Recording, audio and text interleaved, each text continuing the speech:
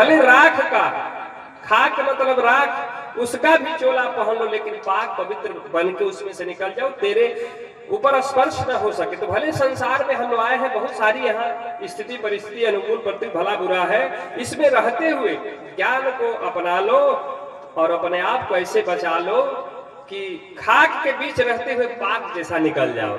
तो इस संस्कार को अपनाने के लिए यही जरूरत होती है कि आप जहाँ कथा प्रसंग होता है, जहाँ सत्य की चर्चा होती है, वहां जरूर आप जाना। इसी के लिए महात्मा जी पहुंचे हैं, जो मैं संस्मरण बता रहा था। राजा के यहाँ पहुंचे हैं कि राजा कुछ मदद कर दो, आप धनवान हो, आप संपन्न हो, आपके पास सारी चीजें समर्थ मालिक ने दे रखा है, तभी आप राजा बने हो। राजा से थोड़ी भूल हो गई। राजा धर्मात्मा जरूर थे प्रेमियों, लेकिन सवेरे सवेरे महाराज जी पहुंचे थे, मिलने नहीं आए। कहे चलो 10 बजे चलूंगा, जितने भी लोग आए होंगे फरियादी या कोई समस्या वाले, उनकी बात सुनूंगा, जो भी डिसीजन होगा दूंगा। महात्मा जी को थोड़ी बात नागवार लगी। कहे अरे मैं राजा से मिलने आया था, कोई मेरा पर्सनल काम नहीं था, मैं सर्वजन हिताय सर्वजन सुखाय, मैं हित की बात, जनता के हित की बात, प्रजा के हित की बात, राजा के हित की बात करने के लिए आया था कि एक संजोग बने, एक अवसर बने और असल में तेरा योगदान हो। यही सरयावत अति कठिनाए, राम कृपा बिन आए न जाए। ऐसा अवसर कठिनाई से मिलता है, ऐसा ही अवसर बनाने के लिए वो महात्मा जी गए थे राजा से अनुदान मांगने के लिए, सहयोग मांगने के लिए। राजा थोड़ी देर कर दिए कि नहीं अभी नहीं चलूंगा, 10 बजे दिन में चलूंगा, जो नियत समय से जो मेरा दरबार लगता है, जो भी लोग आए हैं उनकी बात सुनूंगा, यथा उचित जो होगा सब, मतलब जो जैसी समस्या होगी मैं निदान में, क्योंकि राजा एक डिसीजन पर्सन होता है, एक अथराइज पर्सन होता है, वो समस्याओं का निदान करने के लिए ही अथराइज होता है, वो राजा कहलाता है। महात्मा जी दुखी हो गए, महात्मा जी शराब दे दिए। कहे क्या? अरे राजा मैं तुमसे मिलने के लिए आया था, और जिस काम के उद्देश्य से मैं आया था वो समाज के हित में था, वो प्रजा के हित में था, तेरे हित में था, और तू ऐसा राजा है कि प्रजा के कैसे हित होगा, तेरा कैसे भोला होगा। जहां ये बातें होती हैं उसमें तो सुनने के लिए नहीं आया। तो जा, तू घर में बैठा है ना राजमहल में, अजगर हो जा, अजगर ही हो जाओ, जाओ। महात्मा श्राप दिए, जाओ राजा तू मिलने नहीं आया, तू अजगर हो जा। अजगर जैसा बैठा ना चुपचाप महल में, तेरे दरवाजे पे कोई संत आया है, पुकार रहा है कि आके मिल लो, तू आ नहीं रहा है। वो कौन राजा थे? इंद्रभोग राजा थे। आया है प्रमाण में, खिया जबड़ी भागियाना,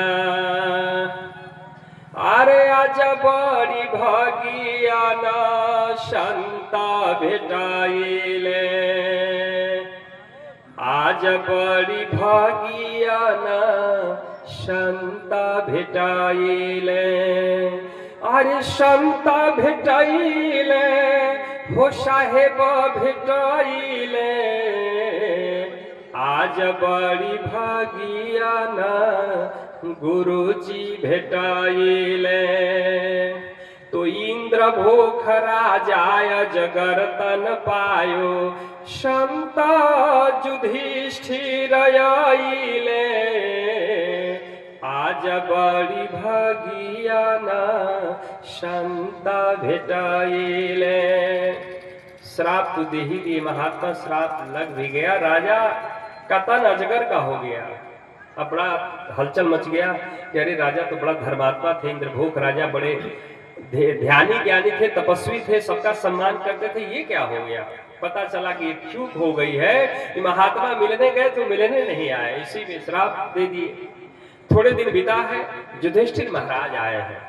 थोड़े दिन बीता तो सत्य के प्रतीक, धर्म के प्रतीक युधिष्ठिर महाराज आए हैं और आकर के दर्शन दिए हैं। अपना चरण उठा करके उस ब्याल के ऊपर, सर के ऊपर जब रखे हैं उनके सर पे, तब फिर उनका जीवन का परिवर्तन हुआ है। ये संत की महिमा होती है, तो संत से ही भला हुआ है। अरे इंद्र भोख राजा अजगर तन पायो, संत युधिष्ठिर आए, शरण उठाई ब्याल सिर रखले, तो अजगर तन छूट गईले, आया आज बड़ी भागिया न शांता भेटाइले, आज बड़ी भागिया न शांता भेटाइले। तो कितना सौभाग्य की बात है कि आप लोगों ने ऐसा अवसर बनाया और संत का मिलन हुआ। आगे बताए फिर किनका कल्याण हुआ। युधिष्ठिर महाराज ने आकर इंद्रभोग राजा का कल्याण किया। बड़े ही दानी राजा थे, बड़े ही अच्छे राजा थे। राजा नृग जी, आप लोगों ने नाम सुना होगा कि राजा नृग जी करोड़ों गाय दान में दिए थे। मैंने दान का महत्व पहले से चला आ रहा है। जहां तक बन पावे आप लोग भी इस यज्ञ में सहयोग तन मन धन से कीजिएगा, क्योंकि सहयोग से ही कार्यक्रम इतना बड़ा होता है। तो जिसके पास जो क्षमता हो करना चाहिए, ये मेरी भी प्रार्थना है, सलाह भी है। कहना है कि कोटि गौ राजा नृग जी दान दिए, तबहू गिरगिट तनऊ हो पवले। प्रमाण है कि करोड़ों गाय दान में राजा नृग जी दिए थे। वो नित्य रोज गाय दान देते थे। कोई भी भिक्षुक भिखारी महात्मा ज्ञानी कोई भी आता था तो वो दान मांगता था, तो अक्षरशः अधिक वो गाय दान में देते थे, गौ दान करते थे। जैसे दान में कई तरीके का दान आता है, द्रव्य दान, पुष्प दान। जैसे बड़े ही सुंदर पुष्प मालाओं से परम आदरणीय केदार बाबा जी ने शुभारंभ कराया इस व्यासपीठ का, इस महात्मा का। जो भी मतलब प्रवचन दे रहे हैं या कथा कह रहे हैं या सत्संग सुना रहे हैं, जो भी मान लो, अपने पवित्र हाथों से पुष्प आहार दे करके, सुंदर पुष्प आहार दे करके, तमाम प्रेमियों ने सुंदर पुष्प दे करके, द्रव्य दान दे करके, अंग वस्त्र दान दे करके, ये सम्मान करने का एक व्यवस्था होता है। कोई स्वर्ण दान करता है, भूमि दान करता है। दान का बड़ा महत्व होता है। यदि कोई प्रसन्न होता है, राजा प्रसन्न होता है तो क्या सहयोग करता है। यदि कोई सेठ महाजन प्रसन्न होता है तो क्या करता है। माँ प्रसन्न होती है तो क्या करते हैं। माताएं सभा में बैठी हैं, प्रसन्न होती है तो अपने बच्चों के लिए क्या करती है माँ। माता प्रसन्नम तो दे दुग्ध दानम, माता प्रसन्नम तो दे दुग्ध दानम, बनिया प्रसन्नम तो दमड़ी छदानम, गुरुए प्रसन्नम तो दे ज्ञान दानम।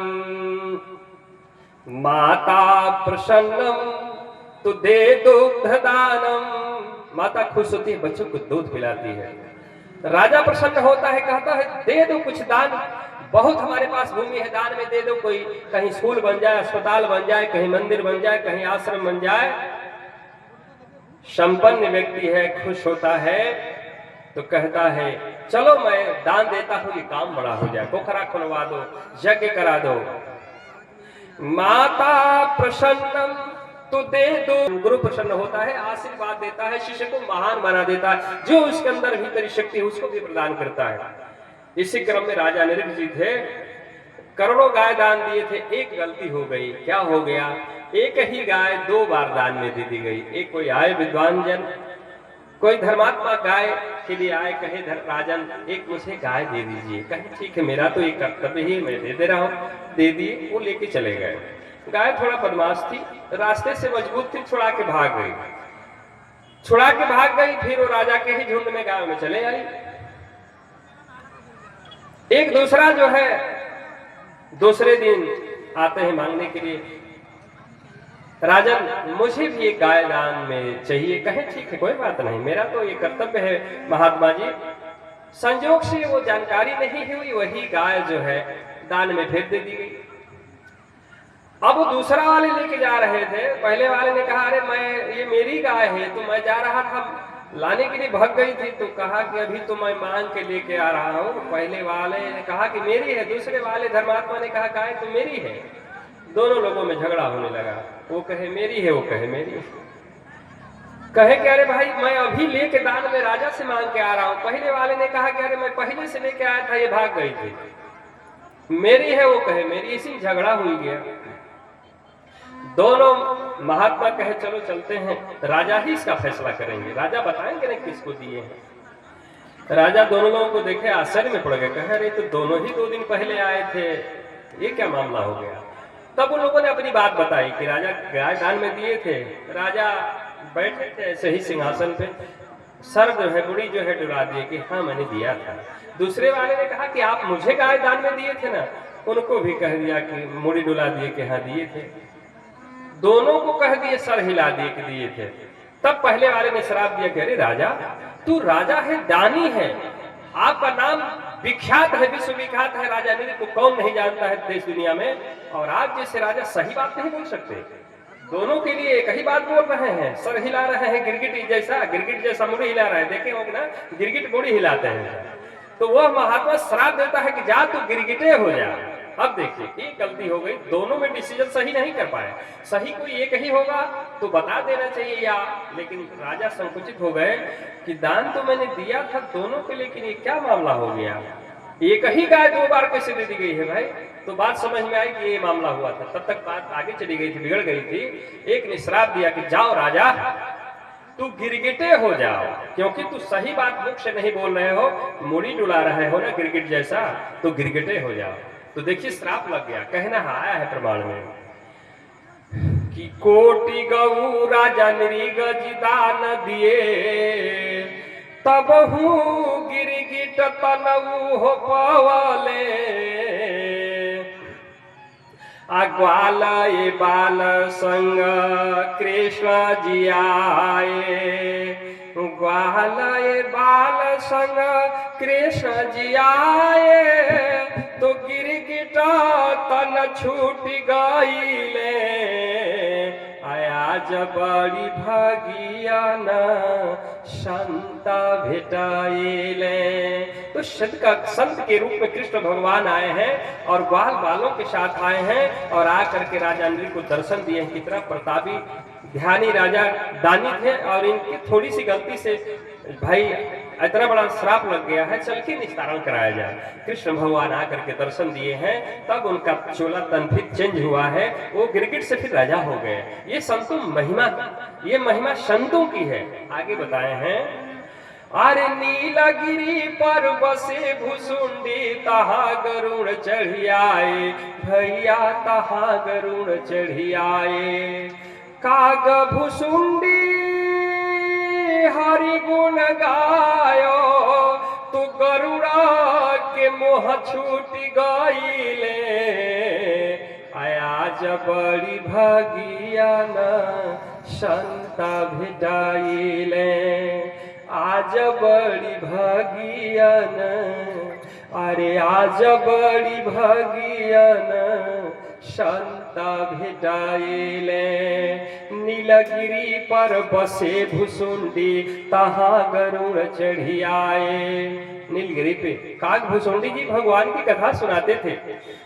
गरुड़ को भी मोह हो गया था, अहंकार हो गया था, तो कहे भाई आप वहीं जाइए, जाकर के वहां कथा सुनिए, आपके मोह दूर हो जाएंगे। वहां पे गरुड़ जी गए हैं, जब भगवान की कथा सुने हैं, सत्संग सुने हैं, तब उनके अंदर ज्ञान हुआ है, तब मोह छुटा है। हम लोग भी किसी कथा में ही बैठे हैं, हम लोग भी मालिक की याद में ही बैठे हैं। आप लोग सौभाग्यशाली हैं, मैं भी सौभाग्यशाली हूँ कि आप जैसे धर्मात्माओं का, आप जैसी देवी तुल्य माताओं बहनों का, भाइयों का मैं दर्शन कर लिया कि भगवान की कथा में आए हैं लोग। नीलगिरी पर बसे भुसुंडी, तहा गरुड़ चढ़ी आए भैया, तहा गरुड़ चढ़ी आए, काग भुसुंडी हरि गुण गायो, तो गरुड़ा के मोह छूट गईले, आज बड़ी भागिया न संता भेटाइले। तो हम लोगों का भी मोह और माया छूट सकता है, क्योंकि उसी तरीके से हम लोग भी आकर के श्रवण कर रहे हैं और जो भी नियम बनता है उसका पालन भी कर रहे हैं। तो कहे मुनीन्द्र सुनो भाई साधो, अरे संता के अंत नाही पवले, आज बड़ी भागिया न संता भेटाइले। प्रेमियों, तो संत का अंत कोई नहीं लगा पाता है, उनकी सोच बहुत बड़ी होती है।